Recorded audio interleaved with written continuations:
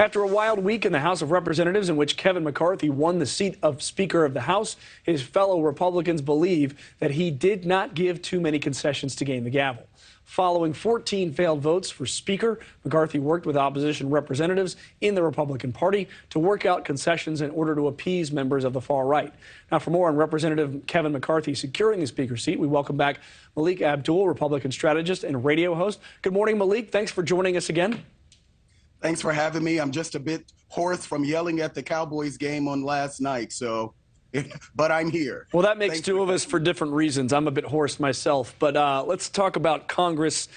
And I talked to you last week in the midst of all of this, and you were kind of embarrassed as a Republican. Now that they got it done, it took 15 ballots. Are you feeling any better, or are you still embarrassed?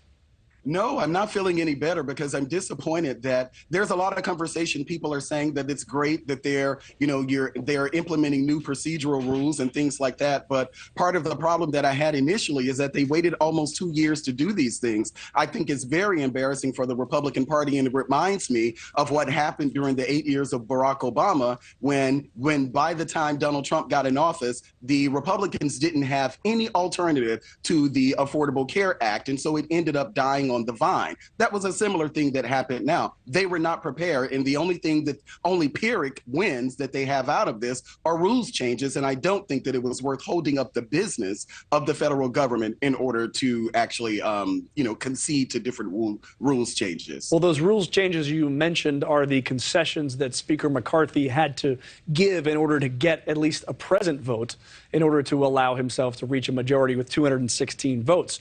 So the idea of him being able to be recalled or vacated, rather, with one member being upset and some of the other rules changes, do you think that he has conceded so much as to be an ineffective speaker going forward?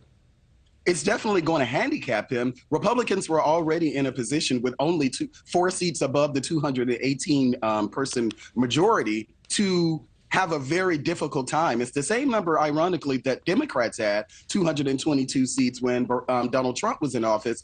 The problem is that Kevin McCarthy doesn't seem to be a Nancy Pelosi. Nancy Pelosi was able to whip her caucus. I don't think that Kevin McCarthy will be able to do that. There are certain things that sure are important, but again, I always go back to whether or not it was whether it warranted shutting down or preventing the business of the federal government in order to do this. But having one person versus 5 people being able to call for a vote for a speaker, I don't think I don't think that was enough to stop the business of government.